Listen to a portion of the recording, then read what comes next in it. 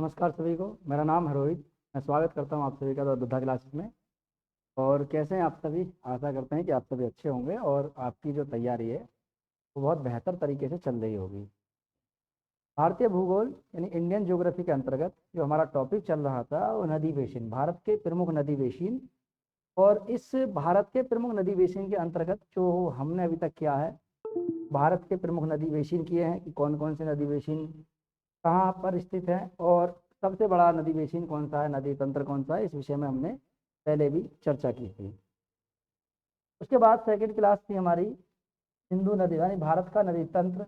ये भी हो गया है नदी तंत्र के अंतर्गत कि कौन से नदी तंत्र थे, हिमालय नदी तंत्र और हिमालय के साथ साथ आपके प्रायद्वीप नदी तंत्र। उसके अंतर्गत सिंधु नदी तंत्र हमने फिर कवर किया है। सिंधु नदी तंत्र को लेकर के आज सिंधु और उसकी प्रमुख सहायक नदियाँ, सिंधु नदी तंत्र हो चुका है लेकिन इसके साथ साथ इसकी कुछ प्रमुख जो सहायक नदियां हैं आज उन्हीं के बारे में हम बात करेंगे, जो इसके बाएं तट से मिलने वाली प्रमुख नदियां हैं। सबसे पहले मैंने बताया था कि बाएं तट से मिलने वाली प्रमुख नदियां पहले झेलम है, फिर चिनाब है, फिर रावी है, फिर ब्यास है। देखिए ब्यास का उद्गम रोहतांग दर्रे से होता है। ये भारत से ही निकलने वाली नदी है और भारत से निकलने वाली नदी है और भारत से निकल करके भारत में ही मिल जाती है, किसमें? सतलज नदी में। एक आपने सुना होगा हरि के बैराज, ये यहाँ पर है हरि के बैराज। और यहाँ पर हरि के बैराज है और इसी के साथ साथ यहाँ पे देखिए मैं बड़ा कर देता हूँ इसे और आप इसे देख लेना आसानी से। ठीक है, ये मैंने कल भी समझा दिया वैसे आपको और आप देख सकते हैं आसानी से। देखो ये पूरा एक सिंधु नदी तंत्र है कि किस तरीके से सिंधु और उसकी कुछ सहायक नदियां हैं। जैसे बाएं तट से, देखिए दाएं तट से मिलने वाली जो यहाँ से निकल कर आती है सिंधु नदी, ये सिंधु नदी है, यहाँ से निकल रही है सिंधु। और इसकी कुछ प्रमुख सहायक नदियाँ सिंधु की यहाँ से निकल के गई। बोखरचू ग्लेशियर पड़ता है यहाँ पे हिमनद, और ये कहाँ पर स्थित है? ये तिब्बत में स्थित है। तिब्बत में कैलाश पर्वत श्रेणी के पास में स्थित है, जिसे कहते हैं बोखरचू ग्लेशियर। यहाँ से निकलती है आपके, ये जाती है आपके सिंधु नदी। क्या है जी? ये सिंधु नदी, ये सिंधु नदी है। और यहाँ से देखिए इस तरीके से जाती है और यहाँ पर जाकर के कराची में अरब सागर में गिरने से पहले कराची में एक डेल्टा का निर्माण करती है। डेल्टा होता है, मैंने बताया था कि जितनी भी नदियां हैं पश्चिमी की ओर जाती हैं तो उनमें से एक दो नदियां ऐसी हैं जो डेल्टा बनाती हैं, वरना बाकी सभी नदी एस्चुरी का निर्माण करती है। एस्चुरी क्या होता है, डेल्टा क्या होता है, वो पहले बता चुका हूँ, फिर से बता दूंगा। यहाँ पे देखिए यहाँ से निकलती है अब पहले जम्मू कश्मीर का एक हिस्सा था लेकिन अब ये लद्दाख वाला हिस्सा है, और यहाँ से निकलती है श्योक नदी और आगे जा करके जम्मू कश्मीर में ये मिल जाती है सिंधु में। तो सबसे पहली दाएं तट से मिलने वाली नदी है, इसका नाम है श्योक नदी। श्योक नदी दाएं तट से सबसे पहले मिलती है इसमें। उसके बाद फिर यहाँ से काराकोरम श्रेणी से एक नदी और निकलती है जिसे बोलते हैं गिलगित नदी। ये आगे जा करके जम्मू कश्मीर वाले क्षेत्र में ही सिंधु नदी से मिल जाती है। उसके बाद हमने बात करी थी कि यहाँ पे गोमल आती है, ठीक है, गोमल है, और सॉरी काबुल है, खुर्रम है, गोमल है। तो क्रम से इस प्रकार से कुछ नदियां यहाँ पर आकर के मिल जाती हैं। अब उसी तरीके से यहाँ पे देखेंगे इसके बाएं तट से मिलने वाली नदियां, क्योंकि सिंधु नदी ये ऐसे जा रही है भाई साहब, ये इसका दायां तट, ये इसका नीचे वाला बायां तट। तो बाएं तट से मिलने वाली सबसे पहली नदी इसमें झेलम। क्रम से चलेंगे हम। झेलम नदी जो यहाँ पर पड़ती है, देखो ये रही, ये झेलम नदी है। ये देखिए यहाँ से ऐसे निकल रही है, ये झेलम नदी है। और ठीक है देखिए, ठीक है, ये यहाँ से देखिए, यहाँ से है झेलम नदी, ये रही, ये झेलम नदी है। यहाँ पे मैं दिखा देता हूँ आपको, यहाँ है ये झेलम नदी और ये इस तरीके से आगे जाती है। और इस यहाँ से फिर उसके बाद झेलम के बाद चिनाब निकलती है, ठीक है, चिनाब है, चिनाब ऐसे आगे मिलती है। फिर रावी नदी है, दोनों एक पास से निकलती हैं। उसके बाद यहाँ पे देखिए व्यास नदी है, ये व्यास नदी है, ये है व्यास नदी। ये हिमाचल प्रदेश से तो निकलती है, हिमाचल प्रदेश के साथ साथ ये जो नदी है आपका हिमाचल प्रदेश से तो निकलती है और ये पंजाब वाले क्षेत्र में जाकर के, हिमाचल से निकलती हुई पंजाब वाले क्षेत्र में जाकर के ये सीधा आगे जाकर के सतलज में मिल जाती है, जिसमें हमें आपको पढ़ा है कि हरि के बैराज, क्या जी? हरि के बैराज, हरि के बैराज के पास जाकर के ये सतलज में मिल जाती है। ठीक है, चलिए, तो ये पता चल गया होगा आपको किस तरीके से कहाँ से कौन सी नदी निकलती है। राकसताल झील से निकलती है आपकी सतलज नदी। हरि के बैराज देखिए यहाँ पर हरि के बैराज और यहाँ पर सतलज, और किसका? सतलज नदी और व्यास नदी दोनों का संगम होता है और यहीं से निकाली गई है आपकी एक नहर जिसे हम बोलते हैं इंदिरा गांधी नहर, भारत की सबसे बड़ी नहर है, जिसे इंदिरा गांधी नहर कहा जाता है। ठीक है, चलिए एक एक नदी को अब हमने देखना है, कौन कौन सी नदी है देखिए। अब आता है हमारा झेलम नदी, क्योंकि सिंधु की पहली सहायक नदी जो बाएं तट से मिलती है, क्योंकि ये सिंधु की ही सहायक नदियां मानी जाती हैं। ये नदी जो है तो सिंधु की ही सहायक नदियां मानी जाती हैं, इसको याद रख लेना आप। और दाएं तट और बाएं तट का आपको विशेष तौर पर के याद रखना है। विशेष तौर पे आपको दायां तट और बाएं तट आपको याद रखना है कि किस तरीके से दाएं तट से मिलते हैं, कौन सी तरीके से बाएं तट से मिलते हैं। जैसे हम कहीं जा रहे हैं तो हमारा दायां, तो दाएं तरफ से हमसे कौन मिलेगा आकर के, बाएं तरफ से हमसे कौन मिलेगा आकर के, तो दायां और बायां याद रखना। कभी क्वेश्चनों को इसी तरीके से पूछता है। नॉर्मली क्वेश्चन पूछने का टाइम अब नहीं रहा है, याद रखना। चलिए शुरू करें, बिना किसी देरी के शुरू करते हैं। सिंधु की कुछ प्रमुख सहायक नदियां, और इनमें से पहली नदी है झेलम। सबसे पहले हम देखेंगे कि झेलम नदी का प्राचीन नाम क्या है। ठीक है, ठीक है, प्राचीन काल में इसे किस नाम से जाना जाता था, तो प्राचीन नाम। ठीक है, हमें सबसे पहले प्राचीन नाम पढ़ना है। दिखाई दे रहा होगा, मुझे 1 मिनट दीजिए, जरा मैं चेक करता हूँ कि दिख रहा है नहीं। ठीक है, जी बिल्कुल दिख रहा है, सभी को दिख रहा है। बहुत अच्छी तरीके से आपको क्लास लग रही होगी आपको, और बेहतर तरीके से आपके समझ भी आ रहा होगा, और आप मेरे साथ जुड़े हुए हैं। जुड़े रहिए। और ज्योग्राफी का जो भी टॉपिक है जो समझ नहीं आता है, इंटरेस्टिंग के साथ आपको मैं पढ़ाऊंगा, बिल्कुल एकदम कहते हैं ना जीरो लेवल से। इसमें जो भी फैक्ट आते हैं, इंटरेस्टिंग फैक्ट हैं कि क्या चीज़ है ये वास्तव में, क्यों, जिसमें मैंने आपको बताया था ना, एक मैंने शॉर्ट वीडियो डाली थी कि अगर अरुणाचल प्रदेश में सूर्य 5 बजे निकल रहा है, तो क्यों गुजरात में सूर्य 7 बजे दिखाई देता है। आप वहाँ जाके शॉर्ट वीडियो देखिए, मिल जाएगा आपको, वहाँ पे जाके जाइए। चलिए अभी मत जाइए, पहले क्लास करके जाइए भाई। अभी तो चल, आप दोनों दोनों अभी चल दिए, आप सभी एक साथ उठ के चल देते भाई, ऐसा नहीं होता है, एक साथ मत चलिए। तो देखिए अब यहाँ पे क्या, तो झेलम नदी को प्राचीन काल में वितस्ता नदी के नाम से जानते थे। वितस्ता, ठीक है, झेलम नदी को प्राचीन काल में वितस्ता नदी। अब आप कहोगे जी कौन सा काल है वितस्ता नदी, प्राचीन काल कौन सा है, तो देखिए मेरे भाई, ऋग्वेदिक काल में झेलम नदी को वितस्ता नदी के नाम से जाना जाता था। ठीक है, किसमें, ऋग्वेदिक काल में। ठीक है, ऋग्वेदिक ऋग्वेदिक काल में झेलम नदी को वितस्ता नदी के नाम से जानते थे।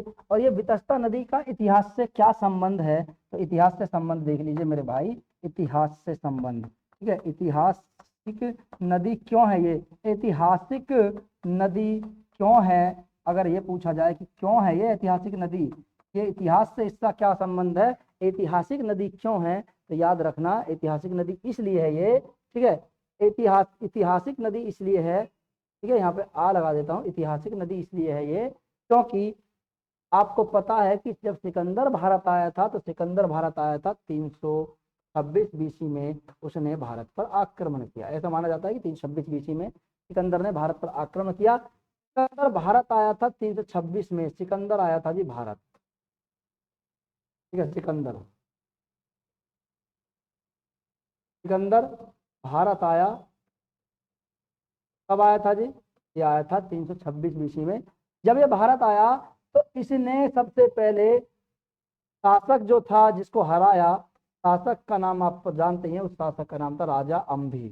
राजा अंभी जो था, अंभी ये तक्षशिला का राजा था। राजा अंभी तक्षशिला का शासक था। कहाँ का शासक था जी, तक्षशिला। तक्षशिला वर्तमान में पाकिस्तान में पड़ता है। तक्षशिला का शासक था राजा अंभी। तक्षशिला का शासक था राजा अंभी। ठीक है, ये राजा अंभी तक्षशिला का शासक था, और इसको सबसे पहले सिकंदर ने पराजित किया। पराजित मतलब ये युद्ध नहीं किया था इसने, इसने आत्मसमर्पण कर दिया था, कि इसने कहा कि आपको जो चाहिए हम देंगे। सिकंदर ने कहा मेरी सेना को खाना चाहिए और हथियार मुझे चाहिए लड़ने के लिए। इसने कहा ठीक है ले लीजिए, कोई दिक्कत नहीं है, बस मुझे बख्श दीजिए मालिक। कोई, उसके बाद इसने देशद्रोह पहला देशद्रोही जो माना जाता है भारत का, वो राजा अंभी को माना जाता है, जो तक्षशिला का शासक था। यहीं के तक्षशिला के जो एक आचार्य थे, आप पढ़ेंगे आप ही, मौर्य काल में, इनका नाम था चाणक्य। ठीक है, चाणक्य, विष्णुगुप्त, इनका नाम भी है, कौटिल्य भी इन्हें कहा जाता है, तो वो इन्हीं का नाम आएगा यहाँ पे, नहीं राजा अंबी का नहीं, चाणक्य जो अभी मौर्य साम्राज्य में पढ़ोगे आप इसको आगे जाकर के। तो जब ये आया तो राजा अंबी ने भारत का भेद खोलना शुरू कर दिया सिकंदर के सामने। इसने कहा, क्योंकि देखिए राजा अंबी और पोरस की दोनों के मध्य शत्रुता थी। इस चीज का फायदा उठाया था राजा अम्बी ने। राजा अम्बी ने सिकंदर से कहा कि आप अगर आपको भारत जीतना है तो पहले आप पोरस को पराजित कीजिए। किसको पराजित करना है? पोरस को। पोरस को पराजित करना। पोरस का जो साम्राज्य था वो झेलम नदी से लेकर के व्यास नदी तक का जो क्षेत्र था, ये पूरा साम्राज्य यहाँ तक जो फैला हुआ था वो किसका था? पोरस के अधिकार में। इसका अधिकार क्षेत्र कहाँ था पोरस का? झेलम से लेकर के व्यास नदी तक। व्यास नदी तक का जो क्षेत्र था वो पोरस के अधिकार क्षेत्र में था। तो पोरस और इसके मध्य युद्ध हुआ, यानी सिकंदर और पोरस के मध्य युद्ध हुआ। उस युद्ध में दोनों की इस युद्ध में क्या परिणाम निकला कि सिकंदर की जीत हुई, पोरस की हार हुई। युद्ध में इसको बंदी बना के लाया गया सिकंदर के सामने, और सिकंदर ने इससे कहा पोरस से कि बताइए अब आपके साथ कैसा व्यवहार करना चाहिए, आपके साथ क्या करना चाहिए। तो सिकंदर से पोरस ने कहा एक राजा जो दूसरे हारे हुए राजा के साथ व्यवहार करता है वही मेरे साथ किया जाए, अन्यथा, यानी कहने का मतलब है मुझे मार दिया जाए।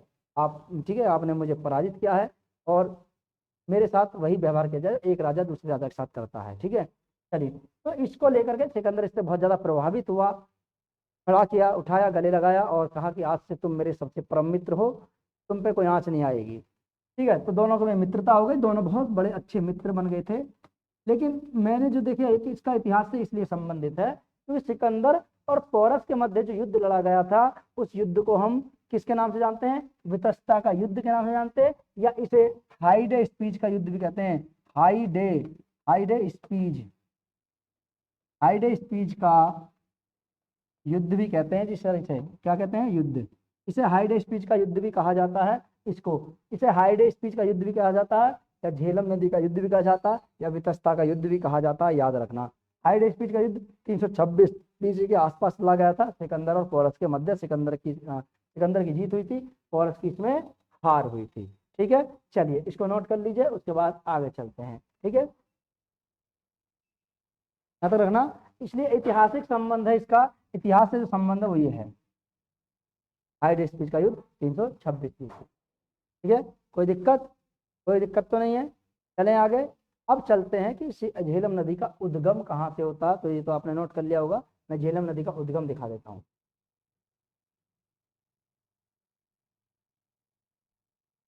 और हमारे बीच पधार चुके हैं अभी फिलहाल तो मैथ की फैकल्टी हमारी आ चुके हैं स्टूडियो में। ठीक है, चलिए। तो अब हम बात करेंगे उद्गम को लेकर के कि झेलम नदी का उद्गम। ठीक है, लंबाई तो हम बाद में करेंगे जी। उद्गम, अब ये कहोगे जी उद्गम क्या है? उद्गम है, इसे स्रोत कहते हैं, उद्गम या स्रोत। ठीक है, झेलम नदी का उद्गम या स्रोत।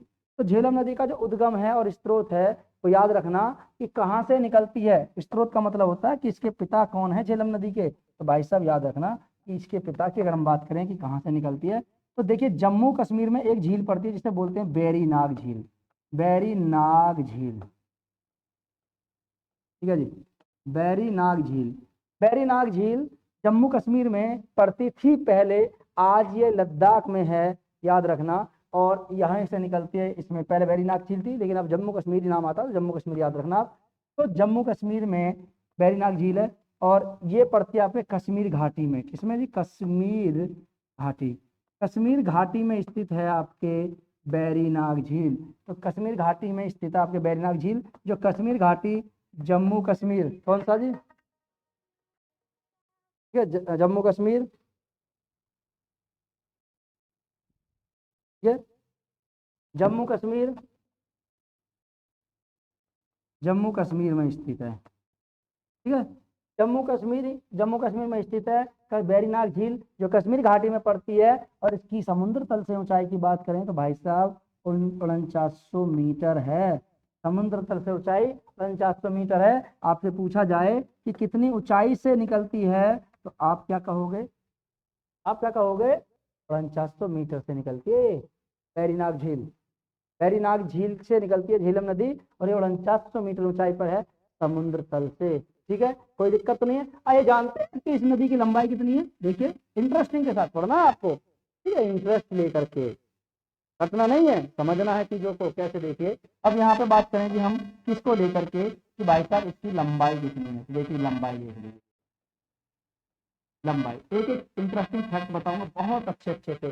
कौन सा कहाँ पे क्या बना हुआ है, झेलम नदी कहाँ से निकल के कहाँ जाती है, सब कुछ आपको यहाँ पे क्लियर कराए गए हैं। टेंशन ना लो डिटेल, ठीक है। तो लंबाई कितनी है, अब आप कहोगे कि इस नदी की जो लंबाई है 725 किलोमीटर है। भाई साहब देखो लंबाई में बच जाइए, कहीं पर कुछ दिया जाता है कहीं पर कुछ दिया जाता है, तो इन नदियों की लंबाई को जो है संभवतः मापना, ठीक है, पूरी तरीके से सही नहीं बताई गई आज तक।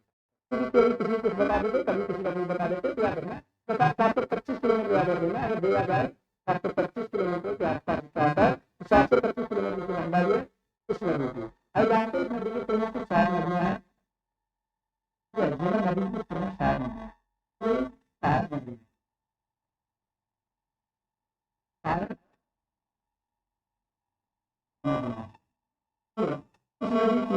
कुछ प्रमुख चार नदियां हैं।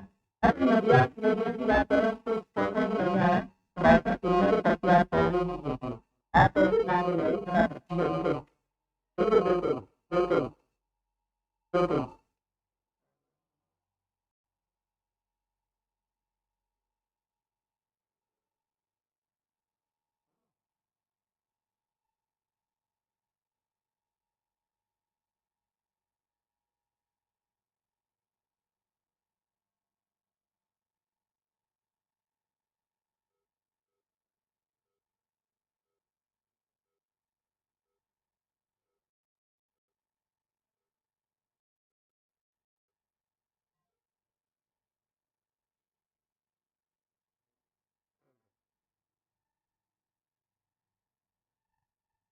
ठीक है, देखिए कॉल आगे शुरू हो रहा है तो इसलिए थोड़ा बंद करना पड़ा, ठीक है। चलिए, तो अब आप कहोगे कि इसकी सारी नदियाँ बताइए, हमें सारी नदियाँ कौन कौन सी हैं, देखिए इन नदी की जो प्रमुख सॉरी झेलम नदी की जो प्रमुख सहायक नदियां हैं, इन नदियों की हम बात कर लेते हैं कौन कौन सी नदियाँ, देखिए इनमें एक आती है जिसे बोलते हैं पोहोरू नदी, पोहोरू, पोहोरू नदी। दूसरी आती है, ठीक है, अर्पण नदी, अर्पण। तीसरी आती है इसमें अर्पण के साथ तीसरी आती है अर्पथ नदी, अर्पथ नदी। चौथी की बात करें तो चौथी आती है इसमें लिडार नदी, ठीक है, लिडार। और पांचवी जो सर पांचवी बताएं तो पांचवी आप कहोगे जी किशन गंगा, कौन सी है जी, किशन गंगा, ठीक है, किशन गंगा। आप कहोगे किशन गंगा, और इस नदी को किशन गंगा नदी को अन्य नाम से भी जाना जाता है, किशन गंगा नदी को अन्य नाम से जाना जाता है। आप कहोगे कि कौन सा नाम है वो, तो मैं बताऊंगा इसको, कौन सा नाम है जी इसका, इसको बोलते हैं नीलम नदी। क्या बोलते हैं जी, नीलम नदी, ठीक है। और आप मैं पूछे आपसे कि बताइए सबसे बड़ी झेलम की सहायक नदी कौन सी है, तो आप कहोगे नीलम नदी झेलम की सबसे बड़ी सहायक नदी है। सबसे बड़ी सहायक नदी, सहायक नदी इसे कहते हैं हम नीलम नदी, या इसे बोलते हैं किशन गंगा, ठीक है जी, कोई दिक्कत नहीं है ना। चले आगे, तो झेलम नदी की कुछ प्रमुख सहायक नदियां हैं, एक है पोहरू, अर्पण है, अर्पत है, लिडार है, किशन गंगा है, और किशन गंगा से झेलम नदी की सबसे बड़ी सहायक नदी है। आइए जानते हैं झेलम नदी के कुछ महत्वपूर्ण बिंदुओं के बारे में। अब कौन कौन से महत्वपूर्ण बिंदु मैं इधर लिख देता हूँ यहाँ से, क्योंकि मैं चाहता हूँ कि पूरा बोर्ड भरा रहे, आप दिखाए, मैं तो आप क्रम से आप इनको पहले नोट कर लीजिए, उसके बाद मैं आगे कराता हूँ, ठीक है। चलिए पहले नोट कीजिए इसे, उसके बाद आगे मैं इंटरेस्टिंग फैक्ट आपको बताता हूँ यहाँ पे, ठीक है। एक एक नदियों को मैं आपको क्लियर कराऊंगा, आप स्क्रीनशॉट ले लीजिए, मैं 2 मिनट के लिए अलग हट जाता हूँ।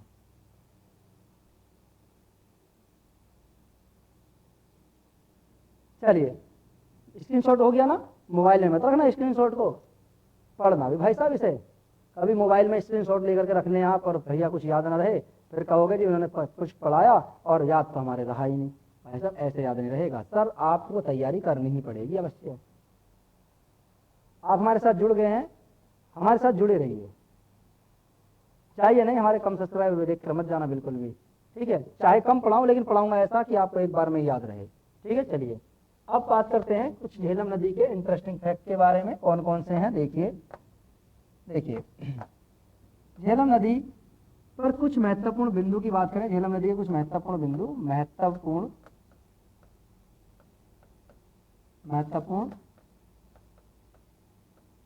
बिंदु, झेलम नदी के कुछ महत्वपूर्ण बिंदु की बात करें, देखिए सबसे पहले झेलम नदी जो है झेलम नदी तिरमू नामक स्थान पर झेलम नदी चेनाब में जाकर के मिल जाती है। ठीक है, तिरमू नामक स्थान पर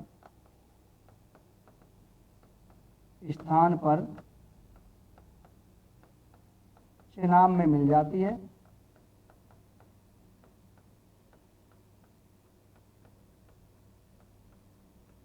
ठीक है, तो ये झेलम नदी तिरमू नामक स्थान पर चिनाब में जाकर के मिल जाती है। ठीक है, और ये तिरमू कहाँ पड़ता है जी? पाकिस्तान में। कहाँ है ये तिरमू जो स्थान है, तिरमू, ये पाकिस्तान में पड़ता है। कहाँ पड़ता है जी? पाकिस्तान में। पाकिस्तान में है ये। नंबर 2 की बात करें कि दूसरा इंटरेस्टिंग फैक्ट क्या है इसका, ये कि यहाँ तो पाकिस्तान में मिल रही है। अब इसमें क्या है कि इस पर एक देखिए एक परियोजना बनी हुई है जिसे हम बोलते हैं तुलबुल परियोजना। तो तुलबुल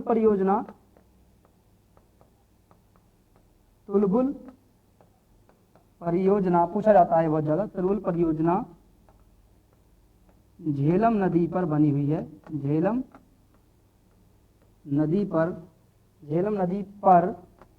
ठीक है, झेलम नदी पर स्थित है।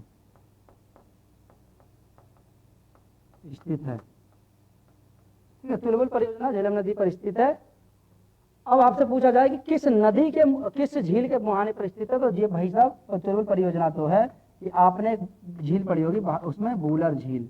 तो बूलर जो झील है, बूलर झील के मुहाने पर, मुहाने का मतलब है जब झेलम नदी वहां पर गिरती है, बूलर झील से होकर के जाती है, तो उसके मुहाने पर ही ये परियोजना बनाई गई है। ये कब बनी थी? 1900, अगर हम बात करें तो 1987 में। कब बनी थी परियोजना का निर्माण जो हुआ था, तो आप कहेंगे जी 1987 में तुलबुल परियोजना शुरू हुई थी आपके झेलम नदी पर। ठीक है, आगे चलते हैं इसके बारे में। आगे देखिए, झेलम नदी पर एक बांध बना हुआ है, उस बांध को हम कहते हैं उड़ी बांध। तो झेलम नदी पर एक बांध बना हुआ है। ठीक है, झेलम नदी पर बांध बना हुआ है। नंबर 3, तो एक बांध बना हुआ है, बांध का नाम है झेलम नदी पर स्थित बांध का नाम है उड़ी बांध। क्या नाम है? उड़ी या उड़ी बांध, उड़ी या उड़ी बांध। ठीक है, झेलम नदी पर बना हुआ है उड़ी या उड़ी बांध। ठीक है, और यह नदी, नंबर 4 की बात करें तो यह नदी भारत व पाकिस्तान के मध्य, भारत पाक की सीमा 170 किलोमीटर की। ठीक है, यह नदी भारत पाक पर 170 किलोमीटर की सीमा बनाती है। ठीक है, भारत और पाकिस्तान के मध्य 170 किलोमीटर लंबी सीमा बनाती है। ठीक है, 170 किलोमीटर लंबी सीमा बनाती है, याद रखना। और बूलर झील में प्रवेश करती है नदी। मैंने कहा ना बूलर झील में प्रवेश करती है, उससे पहले इस पर एक परियोजना बनाई गई, इसे बोलते हैं तुलबुल परियोजना। ठीक है, और उड़ी बांध इसी पर स्थित है, याद रखना, वितस्ता इसका नाम है। तो झेलम नदी ये यहाँ पर होगी आज। तो मैंने कहा ना एक ही टॉपिक को मैं चाहे आपको पढ़ाऊं, एक टॉपिक चाहे मैं 20 मिनट में क्लियर करूं, लेकिन आपको मैं वो टॉपिक क्लियर कराता चलूंगा। ठीक है, तो आज की क्लास को हम यही समाप्त करते हैं, क्योंकि अभी समय हो गया हमारा ऑफलाइन क्लास का। तो हम अभी ऑफलाइन क्लास जाते हैं, वहां से आकर के फिर से आएंगे, आपसे मिलेंगे। कहीं नहीं जाना है, आपको हमारे साथ जुड़े रहना है। तैयारी को और बेहतर बनाइए। नदियों से, चैप्टर से जो क्वेश्चन है वो आते जाते हैं, चाहे इससे बांध पूछ लें। एक एक बांध को मैं आपको बताऊंगा, कौन सा बांध किस नदी के तट पर स्थित है, पूरे बांध के बारे में बताएंगे, और विद मैपिंग के माध्यम से। मैपिंग मेरे द्वारा ही बनाया जाएगा, टेंशन ना लें आप। ठीक है, चलिए, तो इंटरेस्टिंग के साथ पढ़िए, इंजॉय के साथ पढ़िए, तैयारी करते रहिए, क्योंकि यूपी पुलिस की वैकेंसी का नोटिफिकेशन आ ही गया है। और दिल्ली पुलिस आपका नवंबर में आने वाला है। दिल्ली पुलिस कांस्टेबल की नौकरी जो वैकेंसी निकली, नोटिफिकेशन आ गया है, उसके एग्जाम फॉर्म जल्दी निकलने वाले हैं, और अभी आपका एग्जाम भी जल्दी हो जाएगा। 3 महीने आपके पास अभी फिलहाल में, तो आप तैयारी करते रहिए। मिलते हैं नेक्स्ट क्लास में, तब तक के लिए जय हिंद, और सभी के लिए जय भारत।